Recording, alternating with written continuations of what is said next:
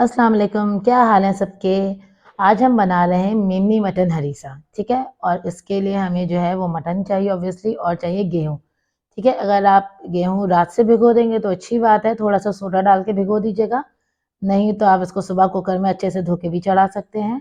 और मैंने फटाफट सुबह चढ़ाया, मुझे अर्जेंट बनाना था। मैंने इसको अच्छी तरह वॉश किया, अपने लिहाज से जितना पानी डालना था वो डाला। 2 हरी मिर्चें बीच में से काटी वो डालें, प्याज डालेंगे, और इसके अंदर 2 से 3 चम्मच तेल के डालेंगे, ऑयल के डालेंगे, और फिर इसको हम रख देंगे कुकर लगा के गलने के लिए। इसको इतना गलाना है कि ये मुशी-मुशी सा, सॉफ्ट-सॉफ्ट सा हो जाए, अच्छा सा गल जाए, कि सिर्फ़ थोड़ा-सा हल्का-सा बीटर मारे और हो जाए, ठीक है? और दूसरी तरफ हमने चढ़ाया है मटन, वो भी हमने कुकर में चढ़ा दिया है क्योंकि हमें जल्दी बनाना है। हमने इसके अंदर डाली है कुकर गरम किया है, उसके अंदर हमने प्याज़ डाल दी है। पहले हमने डाला है तेल, बहुत सॉरी, तेल डाला है, तेल के अंदर हमने प्याज़ डाले, ठीक है? और अब हम इसको अच्छे तरीके से फ्राई करेंगे प्याज़ को, ताकि प्याज़ जो है थोड़ी-सी हल्की-सी सॉफ्ट होने लग जाए। और उसके बाद फिर हम इसके अंदर डालेंगे हमारे खड़े मसाले, जो गरम मसाले होते हैं, वो डालेंगे इसके अंदर हम। जैसा कि आप देख रहे हैं कि प्याज़ जो है वो फ्राई हो रही है, ठीक है? वो हल्की-हल्की सी फ्राई होने शुरू हो चुकी है। अब हम इसमें कुछ गरम मसाले ऐड करना शुरू कर देंगे, जैसे इसका थोड़ा-सा कलर चेंज हुआ है। सबसे पहले इसके अंदर हम डालेंगे ज़ीरा, ठीक है? उसके बाद हम डाल रहे हैं तेज़पात, दालचीनी, हम डालेंगे थोड़ी-सी काली मिर्च, लौंग, और उसके साथ ही हम डालेंगे बड़ी इलायची, ठीक है? इसको हम अच्छे तरीके से प्याज़ के साथ ही तल लेंगे, क्योंकि इससे ये होगा कि इसका एक अच्छा-सा अरोमा निकलेगा। जब मसालों को आप ऑयल में फ्राई कर लेते हो, इसकी एक अलग सी खुशबू निकलती है, जो मटन हो, चिकन हो या बीफ हो, किसी भी मीट के साथ बहुत अच्छी-सी खुशबू देती है, ठीक है? ये हमने आज इसलिए बनाया है कि आज हमारे यहाँ है दावत, मेरी बहनें आ रही हैं, तो मैंने कहा चलो जल्दी-जल्दी जो है मैं ये चढ़ा देती हूँ, तो ज़रा अच्छा लगता है सबके साथ खाने में, ये ज़रा अच्छी डिश हो जाती है, ठीक है? और ये हम मेमन्स का थोड़ा स्पेशल है, तो मज़ा आता है सबके साथ ये बनाने में, ठीक है? अब आप देखें हमारी प्याज़ एक काफ़ी हद तक हो चुकी है, 80%, तो वहीं इसके अंदर हमने मटन डाल दिया है। और अगर आप चाहें तो आप चिकन डालें, बीफ डालें, आपकी मर्ज़ी है, कोई मसला नहीं, कुछ भी डल सकता है, ठीक है? आप इसको नॉर्मल देगची में भी चढ़ा सकते हैं। मटन के साथ ही हमने डाला है इसके अंदर लहसुन अदरक का पेस्ट। मैंने इसके अंदर डाला है कुटा हुआ लहसुन अदरक, आप चाहें तो पेस्ट डाल दें, सालन साबित डाल दें, जैसे आपकी मर्ज़ी है। उसके बाद 4 से 5 हरी मिर्चें मैंने बारीक चॉप करके डाली हैं। आप चॉपर में ना करें, हाथ से काट लें, आपकी मर्ज़ी, ठीक है? उसके साथ ही हम डाल लें इसके अंदर नमक, हस्बे ज़रूरत। हरी मिर्चें भी आप हस्बे ज़रूरत डालें, जितनी आपके यहाँ तेज़ इस्तेमाल होती हैं, क्योंकि मैंने बारीक वाली ली है, ये थोड़ा-सा स्पाइसी भी रहता है, क्योंकि इसमें लाल मिर्च का बिल्कुल इस्तेमाल नहीं होता है, इसके अंदर सिर्फ़ हरी मिर्च का इस्तेमाल होता है।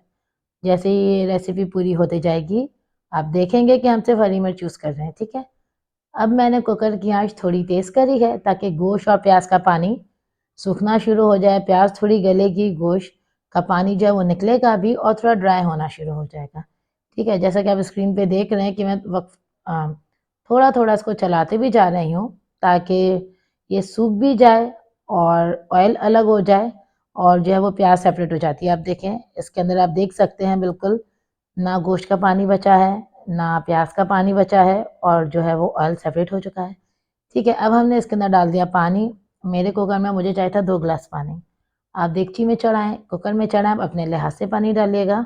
2 ग्लास पानी इसलिए डाला है कि उसमें गोश्त अच्छे तरीके से डूब गया था, तो 2 से 3 ग्लास जितना पानी गया होगा इसके अंदर। अचानक मुझे याद आया कि मैं धनिया पाउडर डालना भूल गई हूँ, जो मुझे डालना था भूनने में। तो अब मैंने इसके अंदर 1.5 टेबल स्पून धनिया पाउडर डाल दी है, और फिर इसको भी अच्छी तरह से हम मिक्स करेंगे धनिया पाउडर को, और इस कुकर को भी हम लगा देंगे गलने के लिए हमारे मटन को, ठीक है? आप देख सकते हैं इसको अच्छी तरीके से मैंने मिक्स किया और इसको लगा दिया गलने के लिए। अब ये आप हमारे देखें गेहूँ हो चुका है अच्छे तरीके से। आप चाहें तो टूटा हुआ गेहूँ भी ले सकते हैं, उसमें इतनी ज़्यादा मुश्किल नहीं होती, वो फ़ौरन ही गल जाता है, उसके लिए तो कुकर की ज़रूरत ही नहीं होती। बस मेरे पास जो अवेलेबल था मैंने वैसे चढ़ा दिया, ठीक है? अब हम इस गेहूँ को बड़ी देगची में शिफ्ट करेंगे, और मैंने इसके अंदर ब्लेंडर चला दिया है, और अगर आप चाहें तो घोटा लगा लें। और एक और चीज़, आप चाहें तो उसको जग में भी पीस सकते हैं, और आप चाहें तो बिल्कुल बारीक भी कर सकते हैं, लेकिन नॉर्मली ये हल्का-सा आधा खड़ा खाया जाता है, थोड़ा-सा खड़ा, थोड़ा-सा मिक्स, जैसे मुशी-मुशी सा होता है, थोड़ा-सा वैसा खाया जाता है। मेरे यहाँ बेसिकली वैसे ही खाया जाता है। और आप देख लें, अब सामने इसकी कंसिस्टेंसी भी आपके सामने आ रही है कि ये गाढ़ा-गाढ़ा सा है, थोड़ा टूटा, थोड़ा साबित, इसके अंदर मैंने ऐड किया है नमक हद ज़रूरत, क्योंकि आपको पता है गेहूँ में और दालों में नमक देर से ऐड होता है ताकि वो खड़े ना हो जाएँ, वरना उनको नमक लग जाए या विनेगर लग जाए तो ये खड़े हो जाते हैं। ठीक है, तो बस मैं जल्दी-जल्दी से कर रही थी कि शाम में बहनें आने वाली थी, तो मैं चाह रही थी जल्दी-जल्दी ये सब रेडी हो जाए ताकि जब सब आएँ तो सारी चीज़ें रेडी हों। अब हमने इसको अच्छे तरीके से नमक मिक्स कर लिया है। दूसरी तरफ मैंने जाके चेक किया अपना मटन, वो भी हो चुका था। तो अब हम वो जो मटन हमने गलाया है उसमें सिर्फ़ बहुत ही हल्का-सा पानी रखा है जो एक हल्की-सी यख़्नी की तरह होता है। बाकी जैसे हम वही हलीम के होता है ना गोश्त, उस तरीके से बस आप देखें, ये जब गल गया इसको हमने मिक्स कर लिया है और इसके अंदर ये होता है कि बोटियाँ हलीम की तरह टूटती, मतलब मैश होके रेशा नहीं होती, इसके अंदर बोटियाँ साबित होती हैं। ये देखें मैं मिक्स कर रही हूँ और आपको बोटियाँ, हड्डियाँ सब साबित दिख रही हैं। आप चाहें तो बोनलेस बनाएँ, लेकिन मेरे यहाँ हड्डी वाला पसंद किया जाता है, स्पेशली मेरी मदर को और हम सबको ये हड्डी वाला पसंद है, तो इसलिए हम इसको हड्डी के साथ बनाते हैं, ठीक है? अब मैंने वो रख दिया है तेज़ आँच पे, सॉरी मीडियम आँच पे रखा है, तेज़ आँच पे नहीं रखना है। तेज़ आँच मैंने ये घी रखा है फ्राई होने के लिए, इसके अंदर हम प्याज़ डाल के फ्राई करेंगे और हमारा जो हरीसा हमने रखा है वो मीडियम आँच पे, हल्की आँच पे रखा है कि वो चिपके ना नीचे। ये जैसे ही घी फ्राई होगा इसके अंदर हम डालेंगे प्याज़, प्याज़ को अच्छे तरह से हमने बारीक काटा है, क्योंकि आपको पता है जितनी बारीक प्याज़ होती है, वो बघार के लिए अच्छी रहती है और ज़्यादा वो नहीं होती, कहीं से व्हाइट कहीं से ब्राउन, क्योंकि पतली-पतली प्याज़ होती है ना फ़ौरन फ्राई हो जाती है और बड़ा अच्छा कलर आता है इसका। ठीक है, हमने घी डाला और हमने यहाँ देसी घी यूज़ किया है, आप चाहे तो ज़्यादा घी, तेल कुछ भी यूज़ कर सकते हैं। ठीक है, अब आप देखें प्याज़ का कलर ब्राउन होने लगा, इसमें मैंने ऐड कर दिया है सॉल्ट, क्योंकि वो तो हमने आगे देखा कि गोश्त में था, थोड़ा-थोड़ा गेहूँ में था, उसके बाद हम टेस्ट कर लेते हैं कितना चाहिए, तो मैंने वो जो है वो चेक किया है। ठीक है, इसके बाद हम डाल रहे हैं हमारा हरा मसाला, हरे मसाले में हरी मिर्च, हरा धनिया और सिर्फ़ 1-2 जवे लहसुन के हैं, इसको अच्छी तरीके से हमने चॉप कर लिया है। चॉपर नहीं है कोई मसला नहीं, आप हाथ से बारीक पीसें, नहीं है उखली तो क्या इमाम दस्ते में पीस सकते हैं इसको, ठीक है? आप ये चीज़ें करके अच्छे तरीके से फ्राई करके इसका फिर बघार आप उस पे लगाएँगे जो आपने हरीसा तैयार किया है, हरीस तैयार किया है या आप सरब्बा कह सकते हैं।